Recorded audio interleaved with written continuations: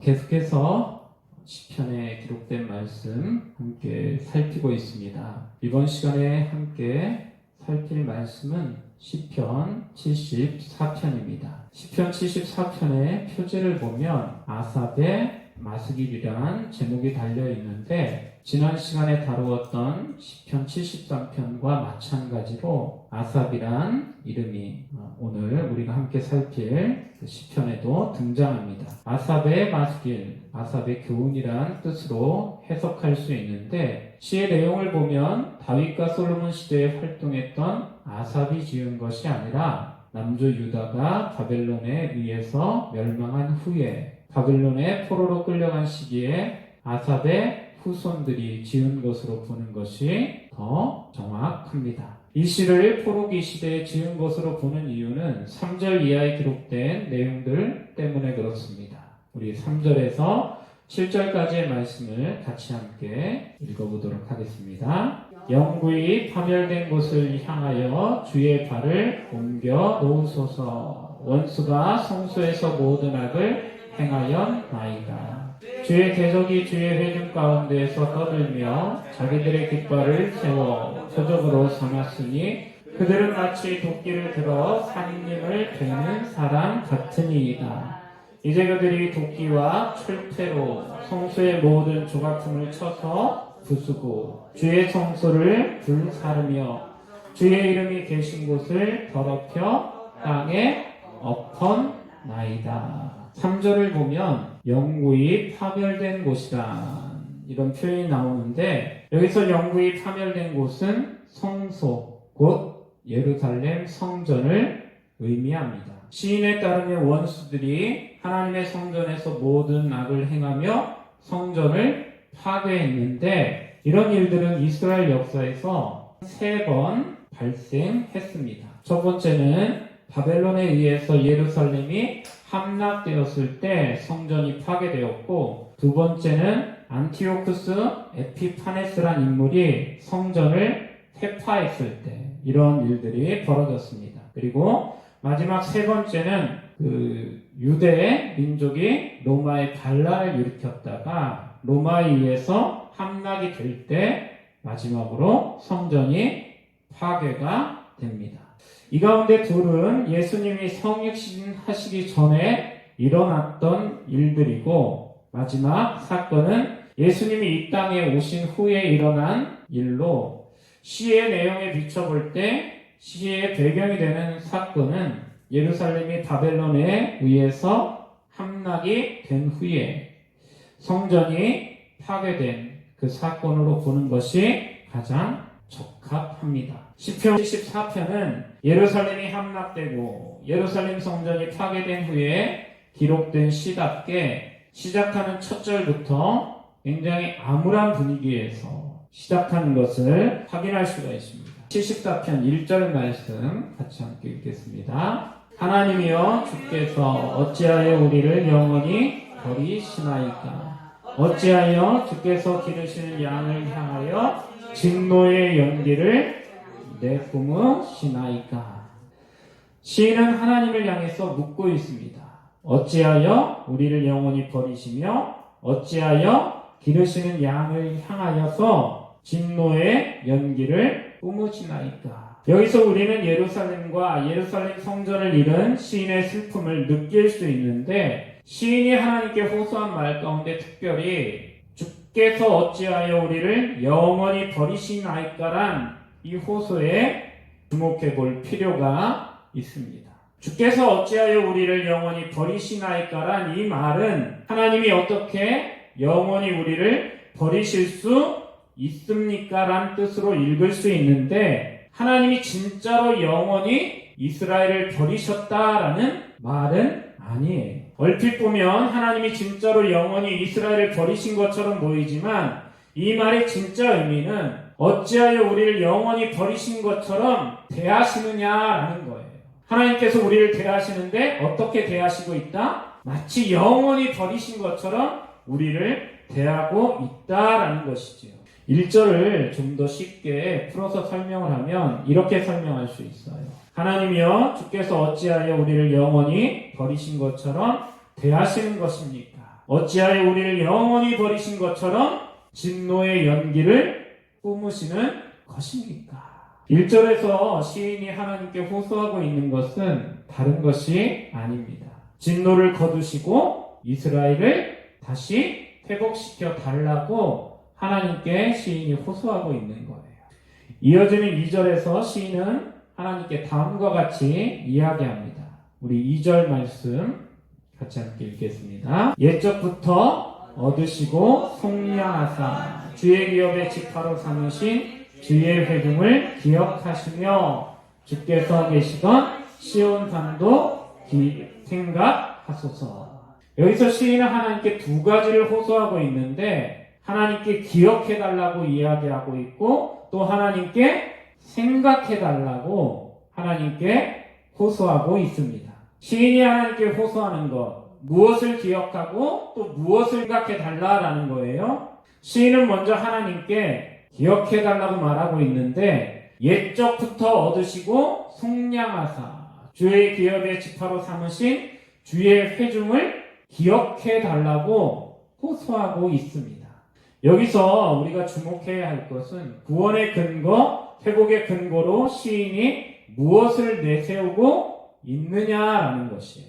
시인은 구원의 근거로, 회복의 근거로 다른 것을 내세우고 있지 않습니다. 시인은 무엇보다 먼저 하나님의 선택을 구원의 근거, 회복의 근거로 하나님께 이야기하고 있는 것이에요. 옛적부터 얻으시고 속량하사 주의 기업의 지파로 삼으신 주의 회중을 기억하소서. 이 말은 하나님이 이스라엘과 맺으신 언약을 기억해 달라는 말과 같은 것으로 이스라엘을 선택하신 것이 누구인가를 하나님께 기억해 달라고 요청하고 있는 거예요. 이스라엘이 하나님을 선택한 것이 아니라 하나님이 이스라엘을 선택하셨다라는 것이지요. 하나님이 택하신 것이 아닙니까? 하나님께서 당신의 기업으로 삼으신 것이 아닙니까? 하나님께서 택하셨고 하나님께서 기업으로 삼으셨으니까 책임도 누가 지셔야 된다라는 거예요? 택하신 분이, 기업으로 삼으신 분이 끝까지 책임을 져야 한다라고 지금 시인은 하나님께 주장하고 있는 것이지요. 어찌 보면 시인의 이러한 주장은 적반하장의 무리한 주장처럼, 굉장히 뻔뻔한 주장처럼 우리 눈에 비춰질 수가 있습니다. 그러나 분명한 것은 하나님이 진노를 우리에게 쏟아부으시는 순간에 우리가 꼭 붙잡아야 할 것은 다른 것이 아니라 하나님의 언약, 하나님의 선택을 우리가 꼭 붙잡아야 한다라는 사실이에요. 무엇을 꼭 붙잡으라고요? 하나님의 선택과 하나님의 언약을 꼭 붙잡아야 한다라는 것이죠. 우리 창세기 13장 같이 한번 찾아볼까요? 창세기 13장 14절에서 우리 18절까지의 말씀 같이 함께 찾아서 읽겠습니다. 롯이 아브라함을 떠난 후에 여호와께서 아브라함에게 이르시되 너는 눈을 들어 너 있는 곳에서 북쪽과 남쪽 그리고 동쪽과 서쪽을 바라보라. 보이는 땅을 내가 너와 내 자손에게 주리니 영원히 이르리라. 내가 내 자손이 땅의 티끌 같게 하리니 사람이 땅의 티끌을 능히 셀 수 있을진데 내 자손도 세리라. 너는 일어나 그 땅을 종과 횡으로 두루 다녀 보라. 내가 그것을 내게 주리라. 이에 아브라함이 장막을 옮겨 헤브론에 있는 마므레 상수리 숲풀에 이르러 거주하며 거기서 여호와를 위하여 제단을 쌓았더라. 이 말씀은 어떤 말씀입니까? 아브라함의 조카 롯이 소돔과 고모라로 이주한 후에 하나님께서 아브라함에게 나타나셔서 하신 말씀이 바로 이 말씀이에요. 롯이 떠나고 나서 한편으로는 굉장히 허탈해 있을 그 아브라함에게 하나님께서 말씀하시는데 뭐라고 말씀하셔요? 눈을 들어서 북쪽과 남쪽, 동쪽과 서쪽을 바라보라라는 거예요. 그 바라보는 모든 것을 하나님께서 어떻게 하신다? 너와 내 자손에게 주림이 영원히 이르리라. 그 땅을 주신다라는 것인데 아브라함에게만 주시는 것이 아니라 누구에게? 아브라함의 후손에게 영원히 주신다라는 거예요.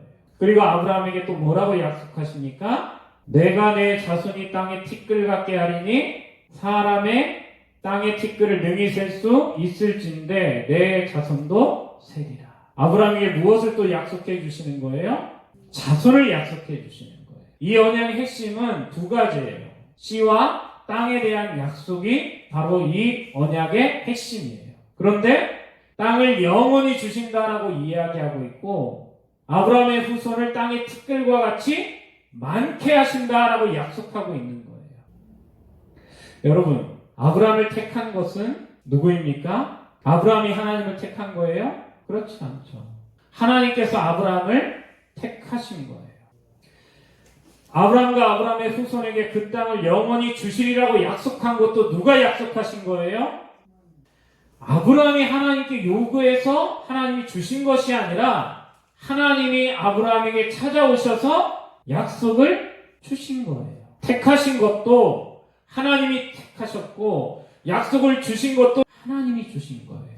하나님이 이스라엘을 영원히 버리신다면 하나님의 선택과 언약은 어떻게 되어집니까? 하나님께서 이스라엘 영원히 버리신다고 하면 하나님이 아브라함과 맺은 이 언약은 어떻게 되어지는 거예요? 깨어지는 거예요. 깨어지는 거예요. 헛된 것이 될 수밖에 없는 거예요.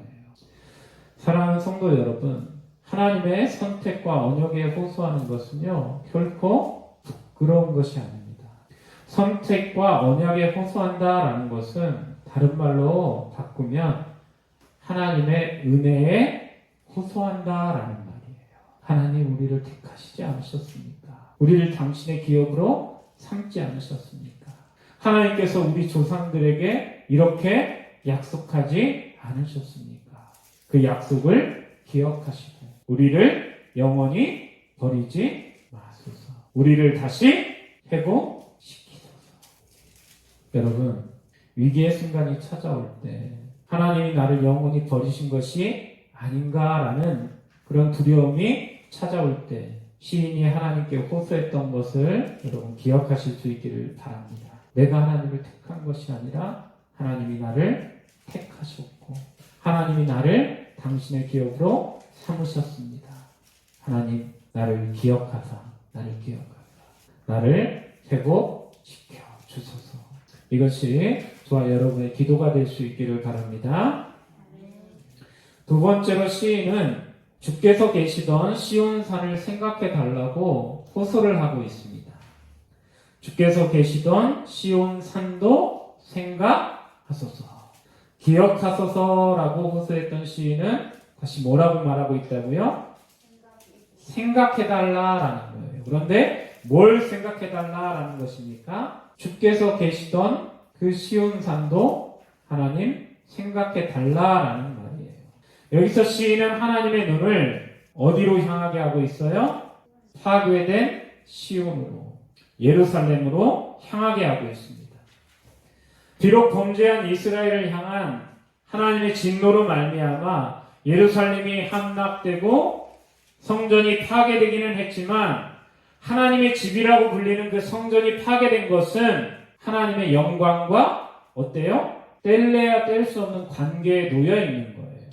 하나님의 집이 파괴되어지면 무엇이 손상될 수밖에 없어요? 하나님의 영광도 손상이 될 수밖에 없는 것이죠. 시인은 주께서 계시던 시온산을 생각해 달라고 호소함으로써 하나님의 영광을 회복시켜 달라고 하나님께 호소하고 있는 것입니다. 그리고 원수들과 싸워달라고, 하나님의 영광을 회복하기 위해서 원수들과 싸워달라고 하나님께 요청하고 있는 거예요. 여러분, 여기서 이 시인의 지혜를 배울 수 있기를 바랍니다. 하나님의 도움이 필요할 때 우리는 먼저 하나님의 영광을 위해서 기도하는 법을 이 시인에게서 배워야 하는 거예요. 도움이 필요할 때 먼저 무엇을 구하라고요? 내가 필요한 거 그냥 다 먼저 쏟아놓는 게 아니라 먼저 무엇을 구하라고요? 하나님의 영광을 구하라라는 것이죠. 하나님에게 가장 중요한 것은 하나님의 영광입니다. 하나님은 결코 당신의 영광을, 당신이 받으셔야 할 찬송을 포기하시는 법이 없어요. 하나님은 이사야 선지자를 통해서 다음과 같이 반복해서 말씀하시는데, 우리 이사야서 같이 한번 찾아봅시다. 먼저 이사야 42장 8절 같이 한번 찾아서 읽겠습니다. 나는 여호와이니 이는 내 이름이라. 나는 내 영광을 다른 자에게, 내 찬송을 우상에게 주지 아니하리라. 여호와가 하나님의 이름인데, 하나님은 무엇을? 당신의 영광을, 당신의 찬송을 다른 자에게, 우상에게 주지 아니하신다. 이렇게 말씀하고 있어요. 하나님에게 가장 중요한 것이 뭐라는 거예요? 영광이다라는 것이죠. 하나 더 찾아볼까요? 이사야서 48장 9절에서 11절 같이 함께 찾아보겠습니다. 내 이름을 위하여 내가 노하기를 더디할 것이며 내 영광을 위하여 내가 참고 너를 멸절하지 아니하리라. 보라, 내가 너를 연단하였으나 은처럼 하지 아니하고 너를 고난의 풀무불에서 택하였노라. 나는 나를 위하여 이를 이룰 것이다. 어찌 내 이름을 욕되게 하리요. 내 영광을 다른 자에게 주지 아니하리라. 하나님이 결코 포기하실 수 없는 게 뭐예요? 하나님의 영광이에요. 나는 나를 위하여 이를 이룰 것이라. 어찌 내 이름을 욕되게 하리요. 내 영광을 다른 자에게 주지 아니하리라. 여러분, 성경을 보면 이스라엘이 끊임없이 하나님께 범죄합니다. 이스라엘의 역사를 보면 반복이에요. 끊임없이 형편이 좋아지면 이스라엘이 뭘 해요? 하나님 앞에 범죄해요. 범죄. 그런데 이렇게 이스라엘이 끊임없이 하나님 앞에 범죄함에도 불구하고 하나님이 이스라엘을 멸하시지 않는 이유, 그 이유가 무엇입니까? 여기서 하나님께서 뭐라고 말씀하고 있어요? 내 영광을 위하여 내가 참고 너를 멸절하지 아니하리라. 왜 하나님께서 이스라엘을 멸망시키지 않는 거예요? 이스라엘을 멸망시키면 그것이 누구의 명예가 땅에 떨어지는 거예요? 하나님의 명예가 땅에 떨어지는 것이기 때문에 하나님이 참고 이스라엘을 멸절시키지 않는다라는 거예요. 위기의 순간에 하나님의 영광을 위해서 기도할 수 있기를 바랍니다. 우리가 하나님의 영광을 위해서 기도할 때 하나님은 일어나 싸우실 거예요. 당신의 영광을 위해서. 3절을 보면 굉장히 흥미로운 표현이 하나 나오는데 3절을 보면 이렇게 이야기하고 있어요. 영구히 파멸된 곳을 향하여 주의 발을 옮겨 놓으소서. 여러분, 이 말씀의 뜻 무슨 뜻이에요? 얼핏 보면 파괴된 성전을 향해서 하나님께서 다시 발걸음을 돌이켜달라라는 말처럼 들려요. 그런데 이 말씀은 그런 뜻이 아닙니다. 여기서 발을 옮겨 놓으소서는 원수들을 향해서 발을 들어달라라는 거예요. 원수들을 향해서 하나님의 발을 어떻게 해달라고요? 들어달라라는 거예요. 왜?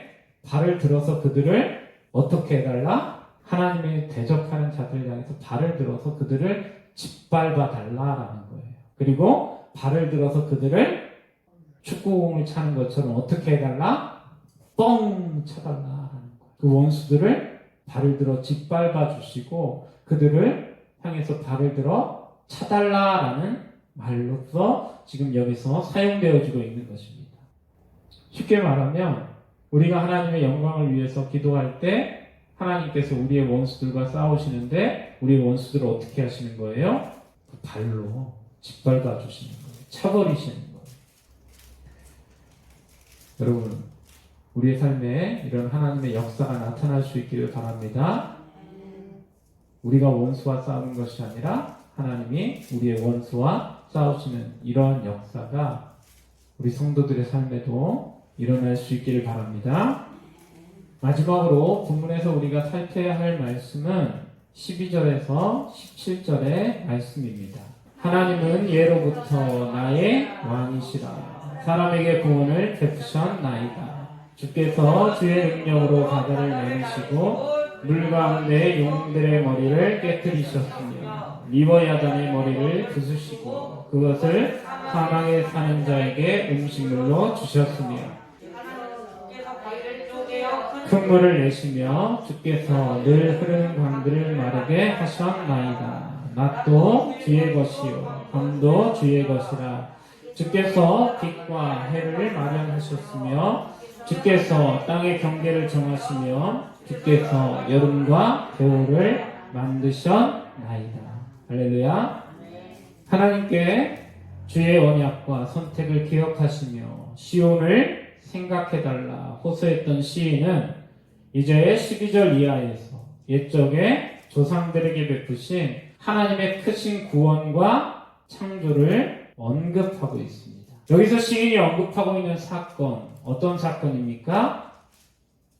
12절 이하에서 시인이 지금 묘사하고 있는 이 사건, 어떤 사건이에요? 여기서 지금 시인이 이야기하고 있는 이 사건은 출애굽 이후에 하나님이 행하셨던 일들이에요. 먼저 주의 능력으로 바다를 나누시고 물 가운데 용들의 머리를 깨뜨리셨으며 리워야단의 머리를 부수시고 그것을 사막에 사는 자에게 음식물로 주셨나이다.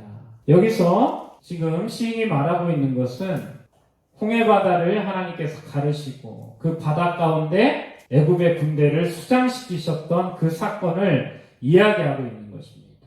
이 본문을 읽을 때 우리를 헷갈리게 만드는 건 뭐냐면 용들과 리워야단이라는 그 명칭 때문에 우리가 헷갈려요. 그런데 성경에서 이런 그 용들이나 리워야단 뭐 이런 좀 강력한 존재들이 등장할 때 이것은 비유적인 표현으로서 애굽의 왕들을 일컫기 위해서 이런 비유를 갖다가 쓰는 거예요. 이렇게 강력한 자들을 하나님께서 어떻게 하셨다라는 거예요? 그 바다 가운데 다 죽게 만드셨다라는 거예요. 그리고 그들의 시체가 떠올라서 그들의 시체가 사막, 그 해안가로 밀려올 때 그것을 사막에 사는 자들이, 여기서 사막에 사는 자들은 뭘 뜻하는 거예요? 사막에 사는 들짐승들이 그 시체를 다 어떻게 했다라는 거예요? 뜯어먹었다라는 것이죠. 뜯어먹었다. 이어지는 말씀들 역시 모두 출애굽 후에 있었던 사건들을 이야기합니다. 주께서 바위를 쪼개어 큰 물을 내시며 어떤 사건을 이야기하는 거예요? 하나님께서 모세에게 명령하사 바위에서 물을 내신 사건을 이야기하고 있는 거예요. 그리고 그 뒤에는 또 뭐라고 이야기하고 있어요? 늘 흐르는 강들을 마르게 하셨나이다. 이 사건은 어떤 사건이에요? 이스라엘 백성이 가나안 땅으로 들어갈 때 그들의 앞을 무엇이 막고 있었어요? 요단강이 막고 있었잖아요. 그런데 하나님의 법궤가 그 요단강에 들어갈 때 그 요단강이 어떻게 됩니까? 갈라진 게 아니라 물이 쌓였죠.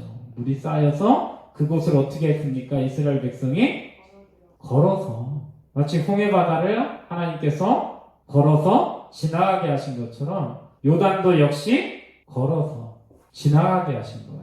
그 사건을 지금 여기서 회상하고 있는 것입니다. 시인이 하나님의 구원을 호소하면서 출애굽 당시 하나님이 행하신 이 크신 구원의 역사를 회상하는 이유는 다른 것이 아닙니다. 스스로의 믿음을 더욱더 굳건하게 하기 위해서 하나님께서 우리를 구원하실 만한 충분한 능력이 있다라는 것을 확인하기 위해서 이것을 지금 회상하고 있는 거예요. 하나님께 무엇이 있다고요? 우리를 구원하실 충분한 능력이 있다라는 것을 스스로에게 다시 한번 깨닫게 하는 거예요. 일깨우는 거예요. 하나님의 구원을 기대하는 자는 하나님께 우리를 구원할 충분한 능력이 있음을 믿어야 할 줄로 믿습니다. 하나님의 능력을 의심하면 안 돼요. 구원을 바라는 자가 하나님의 그 능력을 의심하면 어떻게 합니까? 가장 절망적인 순간에도 우리가 희망을 품을 수 있는 이유는 하나님께 창조의 능력이 있기 때문에 그렇습니다. 하나님께 무엇이 있다고요? 온 세상 만물을 창조하신 능력이 있기 때문에 그 창조의 하나님은 어떤 상황에서도 우리를 구원하실 수 있다라는 거예요. 여기서 시인이 뭐라고 이야기하고 있습니까? 낮도 주의 것이요 밤도 주의 것이라. 주께서 빛과 해를 마련하셨으며 주께서 땅의 경계를 정하시며 여름과 겨울을 만드셨나이다. 그럼 여기서 낮과 밤, 여름과 겨울, 바다와 육지가 서로 어때요? 대비되고 있어요. 대비되고 있어요. 그런데 그 모든 것 가운데 하나님은 어떤 분이시라고요? 그 모든 것 가운데 하나님은 어떤 분이십니까? 낮도 주의 것이요 밤도 주의 것이요 여름과 겨울을 만드셨나이다. 무슨 말이에요? 그 모든 것 가운데 하나님은 주시다라는 거예요. 주인이시다라는 거예요. 하나님은 좋을 때만 하나님이 아니십니다. 나쁠 때도 하나님은 여전히 하나님이신 거예요. 우리에게는 밤을 낮으로 만들 능력, 겨울을 여름으로 만들 능력이 없지만 하나님께는 어때요? 밤을 낮으로 만들 능력이 있고 겨울을 여름으로 만들 능력이 있으며 바다를 육지로 만드실 능력이 있으시다라는 거예요, 여러분. 그 하나님이 바로 우리의 하나님이시고 우리의 구원의 주시다라는 거예요. 우리에게는 불가능한 일들이 하나님께는 어떻습니까? 얼마든지 가능하다라는 거예요. 우리에게 불가능한 일도 하나님에게는 어떻습니까? 아멘인 거예요. 가능한 거예요. 하나님이 우리의 밤을 낮으로 만드실 수 있다라는 이 사실을, 우리의 겨울을 여름으로 만드실 수 있다라는 이 사실을 여러분 꼭 기억하실 수 있기를 바랍니다. 창조의 능력으로 우리를 구원하신다라는 것이죠. 말씀을 맺도록 하겠습니다. 하나님으로부터 영원히 버림을 받았다고 느껴지는 절망적인 순간에 시인은 하나님께 선택과 언약을 기억해달라고, 시온을 생각해달라고 호소하고 있습니다. 위기의 순간에, 절망의 순간에 우리는 시인이 했던 것처럼 하나님의 선택과 언약에 매달려야 하고 하나님의 영광을 위해서 기도해야 될 줄로 믿습니다. 하나님의 선택과 언약의 근거에 우리가 기도할 때, 하나님의 영광을 위해서 기도할 때 놀라운 일들이 일어나게 될 것입니다. 하나님이 우리의 원수와 싸우실 것인데 그들을 하나님의 발로 짓밟으시고 품에 넣었던 오른손을 꺼내서 그들을 멸하실 것이에요. 낮과 밤을 나누시고 여름과 겨울을 만드신 창조의 능력으로 우리를 구원하시고 또 우리를 회복하신다라는 것이죠. 여러분, 절망이 소망으로 바뀌는 크신 은혜의 역사가 우리 참된교회에 속한 모든 사랑하는 성도들에게 임할 수 있기를 간절히 축원합니다. 할렐루야. 아멘. 기도하겠습니다.